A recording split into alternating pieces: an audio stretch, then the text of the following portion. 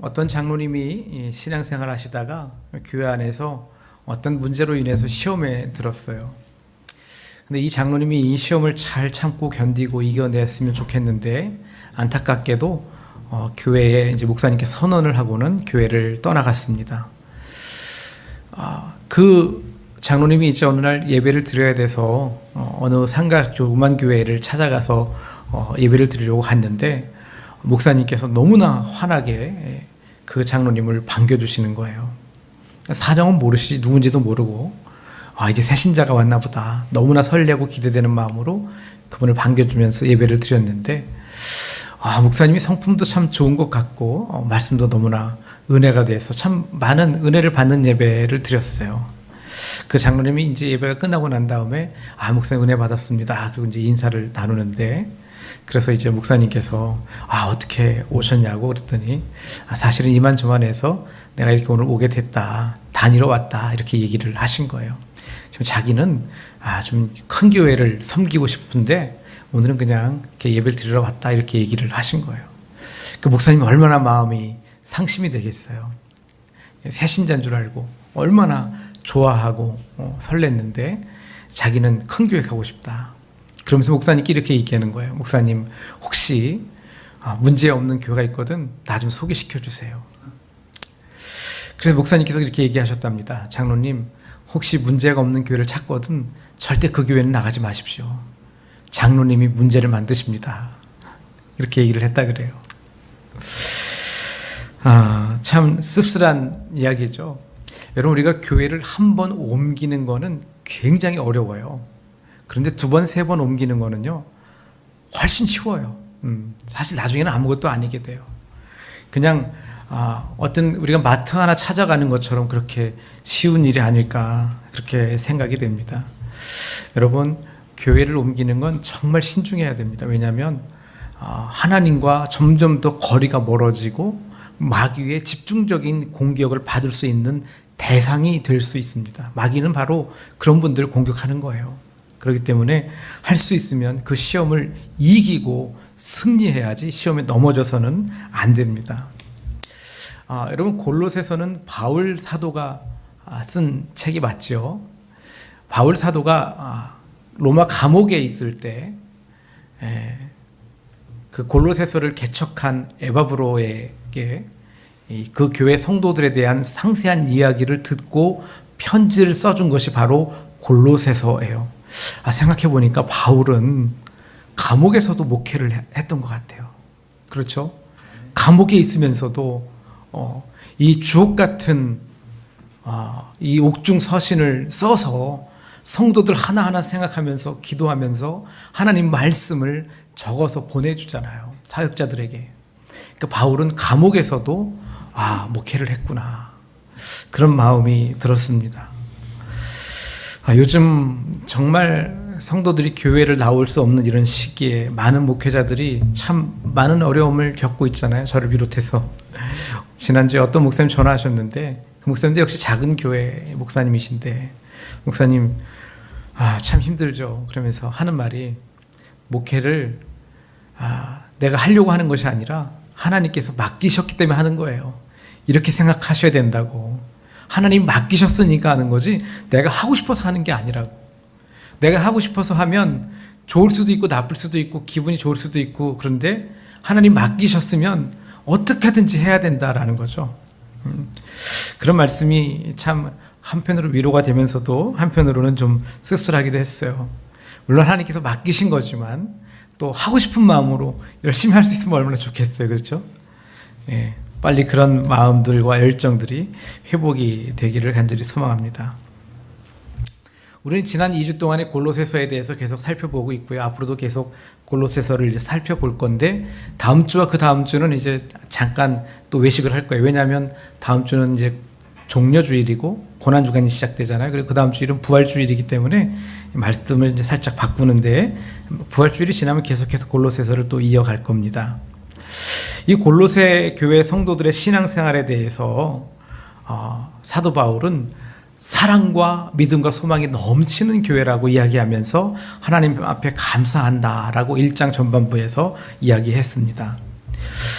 그 교회는 정말 사랑이 넘치는 교회였다는 것을 알 수가 있죠. 볼륨 좀 줄여야 되겠다. 하워링 생기는데 당시 지도층이었고 그리고 부유층이었던 빌레몬과 또 빌레몬의 종이었던 오네시모의 모습을 살펴보면 그 교회가 얼마나 사랑이 많은 교회였는가를 우리가 참 잘 알 수 있습니다. 빌레몬은 자기의 집을 많은 성도들에게 개방하고 자기에 있는 귀하고 좋은 것, 맛있는 것 아낌없이 성도들에게 내어주었습니다. 종이었던 오네시모를 하나님의 사랑으로 예수의 피로 형제로 맺고 더 이상 종이 아닌 하나님의 아들로서 대해 주었습니다. 골로새 교회 성도들의 그런 아름다운 모습으로 신앙생활을 하고 있었지만 그들에게도 부족한 부분이 있었고요. 나름대로 심각한 문제도 있었습니다. 지난주에 우리가 골로새 교회의 부족한 부분에 대해서 바울의 권면과 기도에 대한 것을 살펴보았는데 그 내용이 7가지였잖아요. 그 내용 중에서 그 7가지를 한 단어로 한 마디로 한 문장으로 요약하면 19절에 1장 9절에 있는 말씀이 될 것 같아요. 1장 9절 어떤 말씀인지 우리 다 같이 한번 읽어보실까요? 시작. 너희로 하여금 모든 신령한 지혜와 총명에 하나님의 뜻을 아는 것으로 채우게 하시고 아멘. 모든 신령한 지혜와 총명에 하나님의 뜻을 아는 것으로 채우라는 거예요. 어떻게 해서든지 하나님을 알기 위한 노력을 해야 된다. 끊임없이 하나님을 알아가야 된다. 그 말이죠. 하나님을 알아야 되는, 하나님을 깊이 알아야 되는 아주 중요한 이유가 있는데 그것은 하나님과 예수님 그리고 성령님에 대해서 깊이 알아야만 다른 어떤 이론에 빠지지 않을 수 있기 때문입니다. 다른 어떤 이론에 빠진다? 다른 어떤 이론이라는 것은요, 이단이나 사이비를 뜻하는 겁니다. 이단이나 사이비. 그들은 그럴싸한 논리로 성도들을 설득해서 구원을 빼앗아갑니다. 예수 믿는 성도가 그들의 1순위 목표예요. 그들은 예수 믿지 않는 사람을 찾아가서 설득시키는 게 아니라 예수 믿는 사람을 찾아서 설득시킵니다. 그들에게 구원을 빼앗기지 않기 위해서는 오늘 사도 바울의 말씀을 마음에 깊이 새기고 절대로 흔들려서는 안 됩니다. 본문을 요약하면 오늘 읽은 본문은 이 세상은 하나님께서 창조하셨고 그 아들 예수 그리스도가 함께 하셨다라고 하는 것이 주제라고 할 수 있겠습니다. 여러분, 우주 만물을 누가 만드셨죠? 하나님이 만드셨어요. 예수님은 하나님과 어떤 관계인가요? 예수님은 하나님과 어떤 관계인가요? 예수님은 하나님이시기도 하면서 하나님의 아들이시기도 해요. 할렐루야. 확실하십니까? 15절 말씀해 보니까 그는 보이지 아니하는 하나님의 형상이시요 모든 피조물보다 먼저 나신 이시니 이렇게 말씀하고 있어요. 그는 누구죠? 예수님이시죠. 예수님이 하나님의 형상이라는 거예요. 그리고 모든 피조물보다 먼저 나셨다. 여러분, 인간의 몸을 입고 오신 예수님이 모든 피조물보다 먼저 나셨나요? 그렇지 않죠. 예수님은 한참 후에 이 땅에 오셨잖아요. 그렇지만 예수님이 모든 피조물보다 먼저 계셨다라고 하는 의미는 곧 예수님이 하나님이시라는 것을 증거하는 것입니다. 그리고 빌립보서 2장 6절에 보면 이렇게 말씀해요. 같이 한번 읽어볼까요? 빌립보서 2장 6절 시작. 그는 근본 하나님의 본체시나 하나님과 동등됨을 취할 것으로 여기지 아니하시고. 뭐라고요? 예수님은 근본 하나님의 본체시라는 거죠. 본래 하나님이시라는 거예요. 그런데 하나님과 동등됨을 취하지 않고 이 세상에 오신 거죠. 하나님이 사람이 되어 이 세상에 오신 것입니다. 여러분, 혹시 이것을 모르시는 분이 계십니까? 이것은 조금만 신앙생활하면 누구나 다 알게 되는 기초적인 내용이에요. 그런데 왜 이런 기초적인 내용을 바울 사도가 설명하고 있는 걸까요? 그 이유는 이 골로새 교회 성도들에게 진짜 심각한 문제가 파고들고 있었기 때문입니다. 그 문제는 어떤 성도들 간의 문제가 또 목회자들의 문제가 아니라 이단 사상의 문제였어요. 이단이라는 게 뭐냐면 끝이 다르다라고 하는 뜻이에요. 그들이 말하는 것이 사실인 것처럼 보이지만 마지막을 점검해 보면 다르다는 거예요. 이렇게 사람들의 귀에는 타당한 논리로 전개되지만 사실은 자신들의 유익을 위해서 일하는 자들이 바로 이단이라는 거예요. 여러분, 이슬람이 하나님을 믿습니까? 안 믿습니까? 하나님 믿어요. 신천지는 하나님 믿어요? 안 믿어요? 하나님 믿어요. 예, 이단도 다 하나님 믿어요. 그런데 뭐예요? 끝이 다르다는 거예요. 과정도 다르고 다른 부분이 있다는 거예요. 그래서 이단인 거예요. 골로새 교회에 이런 이단이 침투하기 시작했다는 거예요. 2장 8절 말씀인데요. 이것도 같이 한번 읽어보겠습니다. 2장 8절 말씀입니다. 자, 시작. 누가 철학과 헛된 속임수로 너희를 사로잡을까 주의하라. 이것은 사람의 전통과 세상의 초등학문을 따름이요 그리스도를 따름이 아니니라. 뭐라 그래요? 철학과 헛된 속임수로 너희를 사로잡을까 주의하라. 지금 누가 철학과 헛된 속임수로 이 골로새 교회 성도들을 사로잡고 있다는 거예요. 네. 그것을 주의하라고 지금 바울이 경고하고 있는 거잖아요. 여러분, 철학은 곧 지식입니다. 잘못된 지식으로 속여서 마음을 빼앗아 버리는 게 이단의 특징이에요. 한창 부흥하고 성장하고 있는 골로새 교회에 이런 그들을 속이고 마음을 빼앗아가 버리는 이단 사상이 침투했다는, 그래서 그 성도들의 마음을 병들게 하고 하나님과 거리를 내고 하나님과 멀어지게 만들었다는 거예요. 당시 여러 가지 이단 사상들이 있었는데요. 그 중에 대표적인 것은 유대주의와 영지주의였어요. 유대주의와 영지주의. 여러분, 유대주의는 유대인들의 뿌리 깊은 율법이 그 핵심 가치예요. 율법. 예수님이 오셔서 율법을 완성하셨습니다. 그런데 유대인들은 그것을 인정하지 않고 여전히 구약시대의 율법에 사로잡혀서 예수의 복음을 받아들이지 않는 거예요. 여러분, 구원은 어떻게 얻는 것이죠? 예수를 믿고 영접하면 돼요. 맞죠? 예수를 믿고 마음에 영접하면 구원받습니다. 그런데 유대주의자들은 율법을 잘 지키면 구원받는다라고 생각하는 거예요.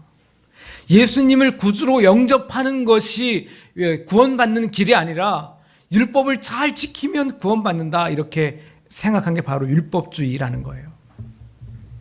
여러분, 조금 예를 들자면 먹고 마시는 것에 대한 규제가 따랐어요. 먹을 수 있는 것이 있고 먹을 수 없는 것이 있었어요. 마실 수 있는 것과 마실 수 없는 것을 철저하게 구별했어요. 안식일에는 어떤 일도 해서는 안 되었습니다. 여러분, 그 회교도에 가면은요, 이슬람권에 가면은요, 돼지고기가 없어요. 왜 그럴까요? 돼지고기를 먹으면 안 된다고 율법에 써 있기 때문에 그렇습니다. 그리고 이슬람권에 가면은요, 엘리베이터가 주일날에는 사람들이 누를 수가 없게 돼 있어요. 버튼을 못 눌러요. 버튼을 누르면 일하는 거라 그래요. 예. 그리고 간호사 역시도, 의사들도 주일엔 일을 하면 안 돼요. 그래서 간호사나 의사나 유대인이 아닌, 그러니까 회교도가 아닌, 이슬람들이 아닌 다른 이방 사람들이 주일에는 대신 일을 하는 거예요. 그것이 그 사람들의 철저한 규제. 왜냐하면 율법을 지키지 않으면 구원을 못 받는다고 생각하니까. 여러분, 예수님께서 선한 사마리아 사람의 이야기를 하신 적이 있잖아요. 강도 만난 사람을 당시에 제사장도 도와주지 않습니다. 그리고 바리새인도 도와주지 않습니다. 누가 도와주죠? 사마리아 사람이 도와줍니다. 왜 제사장과 바리새인 사람은 그냥 지나갔습니까? 바리새인과 제사장은 주일이었는데 주일에 그를 도와주면 일하는 것이 되기 때문에 도와주지 않은 거예요. 하면 안 되는 거예요, 율법에서는. 그러나 사마리아인은 율법을 따른 것이 아니라 예수님의 말씀을 따라서 그 사람을 살려주는 것이죠. 예수님께서 안식일의 주인이시고 안식일의 주인이신 예수님께서 안식일이 사람을 위해서 있는 것이라고 말씀하셨어요. 그런데 예수를 믿는다고 하면서 여전히 율법적인 모습을 버리지 못하고 신앙생활을 하는 그런 신앙생활의 걸림돌이 되고 있는 거죠. 율법이 기준이 되어서 그 잣대로 남을 판단하고 정죄하고 심판하는 것, 그것이 바로 유대주의라는 거예요. 야, 너 말씀에 이렇게 살으라 그랬는데 왜 이렇게 안 살고 저렇게 살아? 너 왜 이렇게 해? 왜 저렇게 해? 라고 판단하고 심판하고 정죄하는 게 다 유대주의라고 할 수 있는 거예요. 예수님은 어떻게 말씀하시죠? 용서하라, 사랑하라, 섬겨줘라, 그렇게 이야기하지 않습니까? 그리고 또 한 가지 이단 사상이 있는데요, 영지주의라고 하는 거예요. 조금 어려워요. 영지주의는요, 나스티시즘이라고 하는데요, 나스티시즘은 이 말이 헬라어 그노시스라고 하는 말에서 왔어요. 그노시스라고 하는 말은 지식이라는 뜻이에요. 지식. 영지주의라고 하는 것은요, 영적인 지식이라는 의미가 있어요. 영지주의. 나스시즘이라고 하는 게 영적인 지식이라는 말이에요. 이 영지주의의 핵심 가치는 뭐냐면 극단적인 이론 사상인데 참 재밌어요. 하나님은 선하시고 인간의 모든 육체적인 것은 악하다는 극단적인 이원론이에요. 그런데 하나님은 선하신데 선하신 하나님이 어떻게 악하고 악한 이 온 우주 만물과 사람을 창조했겠느냐? 하나님은 세상을 만들지 않으셨다. 왜냐하면 하나님은 선하시고 세상은 악하기 때문에. 그럼 세상은 누가 만들었느냐? 데니 우르고스라고 하는 신을 또 만드는 거예요.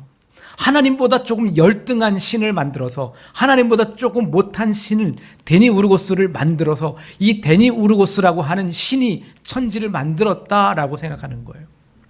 이게 철학자 플라톤의 대화편에도 이 데니 우르고스가 등장을 하는데요, 하나님보다 열등하고 낮은 신이 천지를 만들고 예수님께서 이 세상에 오셔서 구원받는 방법에 대해서, 이론에 대해서 지식을 가르쳐 주셨다라고 이야기해요. 그들이 구원받는 방법을 주장하는 것은 예수님이 가르쳐 주신 지식대로 구원을 받을 수 있다라고 믿는 게 영지주의의 구원론이에요. 그러니까 예수님은 뭐예요? 예수님은 구원자가 아니라 예수님은 구원받는 지식을 가르쳐주는 교사, 선생, 선지자, 이런 것으로 여겼다는 거예요. 여러분, 천지 만물은 하나님께서 만드셨습니다. 할렐루야. 그리고 구원은 오직 예수님께로만 말미암아 가능한 거예요. 오직 예수 그리스도를 통해서만 구원받을 수 있는 것입니다. 예수님은 하나님과 동격이신 분이고 하나님과 동등되신 분, 삼위일체 한 분, 바로 사람이 아닌 바로 하나님 그 자체이시면서 하나님께서 또 다른 인격체의 모습으로 이 세상에 예수 인간의 모습으로 오신 것입니다. 그런데 영지주의는 이 예수님을 그냥 선생이나 교사나 한 사람으로 취급을 하고 마른 것입니다. 많은 여러분 이단들, 신천지라든지 아니면은 하나님의 교회라든지 뭐 통일교라든지 이런 데에서 주장하는 건 뭔지 아십니까? 이런 데서 주장하는 것은요, 그 자신들이 믿고 있는 어떤 그 예수님이나 또 다른 누군가는 실패한 세례 요한이다, 이렇게 이야기해요. 실패한 세례 요한이다. 예수님은 우리를 구원해 주기 위해서 이 땅에 오신 분이기도 하시지만 예수님은 곧 하나님이시고 예수 그리스도를 믿고 영접할 때만 구원을 받을 수 있습니다. 이런 심각한 문제들 앞에서 바울은 어떻게 가르치고 있는지, 또 어떻게 권면하는지 이 말씀을 한번 우리가 살펴봐야 됩니다. 13절에 보니까 그가 우리를 흑암의 권세에서 건져내사 그의 사랑의 아들의 나라로 옮기셨으니, 이렇게 말씀합니다. 여러분, 그가 우리를 흑암의 권세에서 건져내셨대. 그가 누구죠? 하나님이십니다. 하나님께서 우리를 흑암의 권세, 곧 사망 권세에서 건져내셨고 그의 사랑하는 아들의 나라로 옮기셨다 그랬어요. 아들의 나라가 어디예요? 영원한 하나님의 나라, 천국 아닙니까? 하나님이 다스리시는 나라, 만왕의 왕이신 예수 그리스도가 통치하시고 다스리시는 나라, 그것이 바로 하나님의 나라입니다. 하나님께서 우리를 영원한 주님의 나라로 옮기셨다는 거죠. 14절에 보니까 그 아들 안에서 우리가 속량 곧 죄사함을 얻었도다. 그 아들 안에서, 즉 예수 그리스도 안에서 우리가 죄사함을 얻었다는 거죠. 예수로 인하여, 예수 안에서, 예수를 통해서 구원받았다는 것을 확실하게 밝히고 있는 것입니다. 여러분, 예수님은 단순히 지식을 전하기 위해서 오신 분이 아닙니다. 예수님은 바로 구원의 주체이십니다. 디모데전서 1장 15절에 보니까 믿보다 모든 사람이 받을 만한 이 말이요, 그래서 예수께서 죄인을 구원하시려고 세상에 임하셨다 하였도다 라고 말씀하고 있습니다. 그리고 사도행전 4장 12절입니다. 다 같이 한번 읽어보실까요? 시작. 다른 이로서는 구원을 받을 수 없나니 천하 사람 중에 구원을 받을 만한 다른 이름을 우리에게 주신 일이 없음이라 하였더라. 오직 예수로만 구원을 받는다고 분명히 밝히고 있습니다. 그런데 하나님의 교회는요, 안상홍을 통해 구원받는다 그래요. 그런데 그는 이미 죽었습니다. 통일교는 문선명을 통해 구원받는다고 했습니다. 그런데 그도 죽었습니다. 신천지는 이만희를 통해 구원받는다고 믿고 있습니다. 그런데 그 사람은 지금 몸이 노쇠해가지고 계속 병원 진료를 받고 있고요. 이제 머지않아 곧 죽게 될 것입니다. 그런데 신천지 광신도들은요, 그를 영생불사한다고 그렇게 믿고 있어요. 영원히 죽지 않는데요, 이만희 씨가. 여러분, 죽지 않을 것 같으면 안 늙어야죠. 이만희 씨 얼마나 여러분 늙었는지 보셨잖아요. 계속 병원 다닌다고 하잖아요. 그들이 구원자라는 이 말도 안 되는 감언이설에 수많은 사람들이 속아서 재산을 바치고 몸을 바치고 가족들과 등을 집니다. 여러분, 예수님께서 우리를 속이시나요? 예수님은 우리를 결코 속이지 않으십니다. 재산을 요구하시던가요? 너 재산 다 가져와서 나한테 줘라 이렇게 하시나요? 그러지 않으시죠. 가족과 등을 지라고 하시나요? 아닙니다.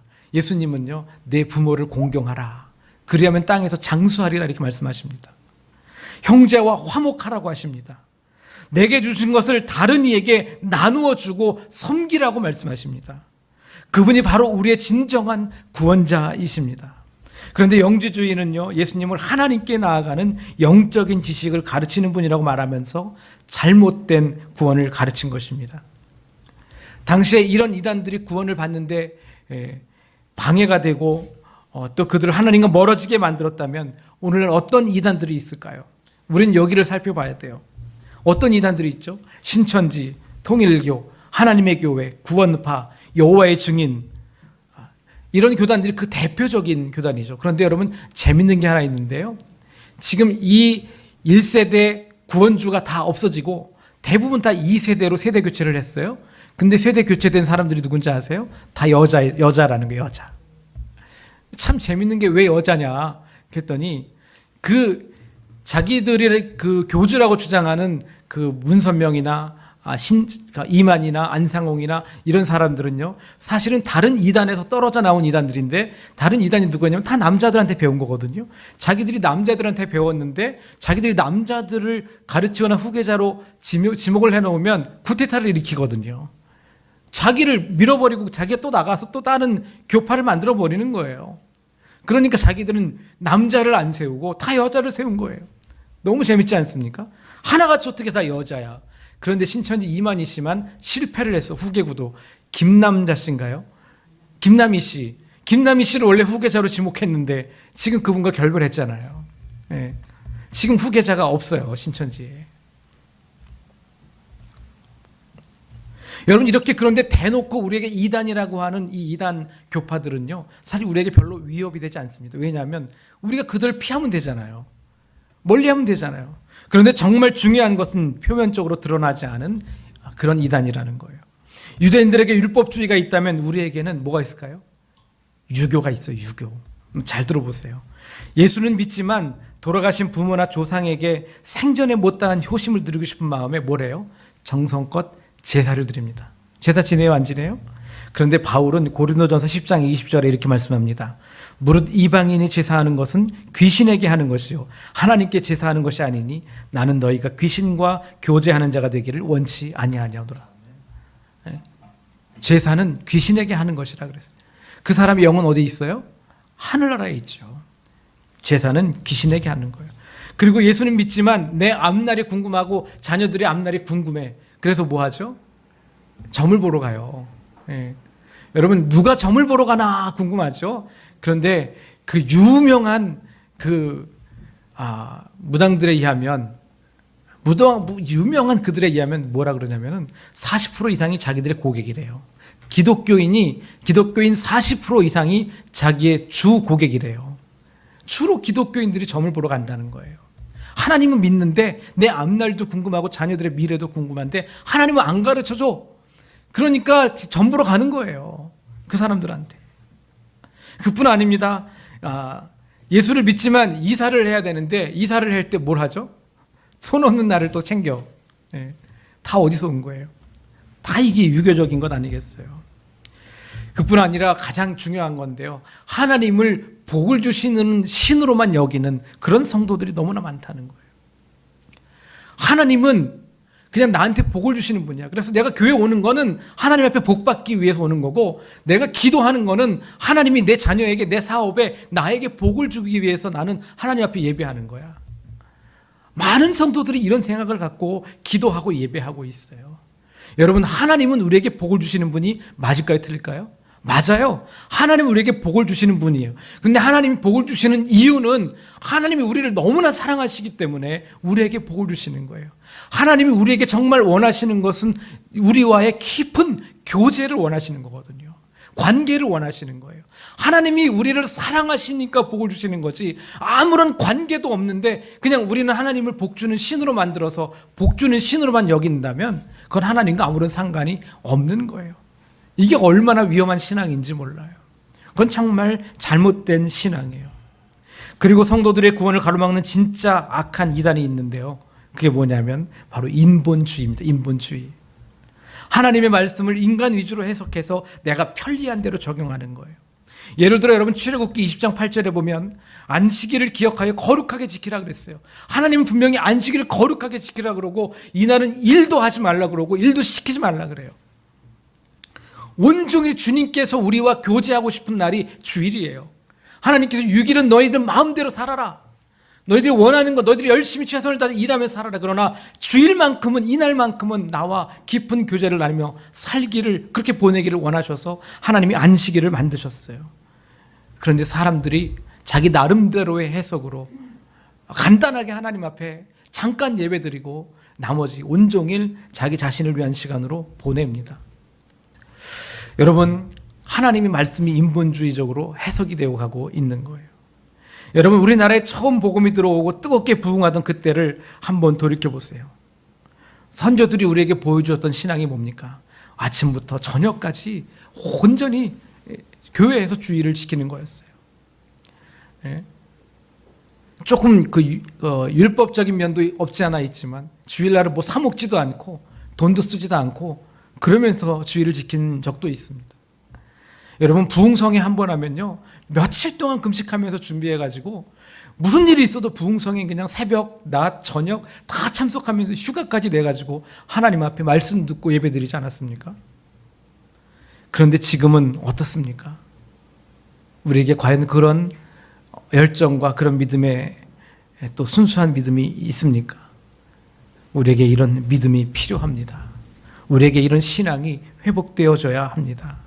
그 믿음과 열정을 사모하시기 바랍니다. 그런 열정만 있다면 우리는 정말 주님이 주시는 그 기쁨과 참된 평안과 소망 가운데 살아갈 수 있을 거예요. 이 세상에 되어지는 일들에 일희일비하지 않고 정말 하나님께 소망을 두고 하나님이 주시는 기쁨과 평안을 누리면서 살아갈 수 있을 거예요. 두려워하지 않고 걱정하지 않고 염려하지 않고 조바심 내지 않고 하나님께서 우리가 함께 하시고 하나님께서 우리를 지키시고 보호하시고 인도하시니 틀림없이 하나님께서 우리의 모든 일들을 다 은혜 가운데 채워주실 거야 라고 하는 믿음으로 나갈 수 있지 않겠습니까? 여러분, 우리가 오늘 이 바울 사도의 말씀을 기억하면서 우리의 구원자 되신 예수님, 이 세상을 만드시고 우리를 너무도 사랑하시는 그 하나님만 바라보는 저와 여러분 되시기를 주님의 이름으로 간절히 축원합니다. 기도하겠습니다.